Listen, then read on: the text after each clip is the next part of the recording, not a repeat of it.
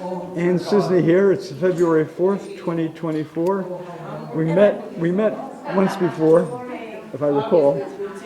And I worked with her father in the early 1980s at the old Biz Sci department of Seattle Public Library downtown, Central Library. She's standing next to the drawing I did in 2016 depicting 2 Jewish Israeli and 2 Palestinian teenagers, all teens, died 2014 and 15. This is part of a drawing I did a few years before, like around 2007, of Jerusalem, which I cut in half. So like one side would actually fit in the other side, but I cut it in half to fit in here, and the other kind of architectural imagery. We got at least one bird in there. Plants. Oops, he says low battery. What would you like to say? I'm just so happy to be here, and it's amazing to finally see this in person. Thank you. Thank you. That's great.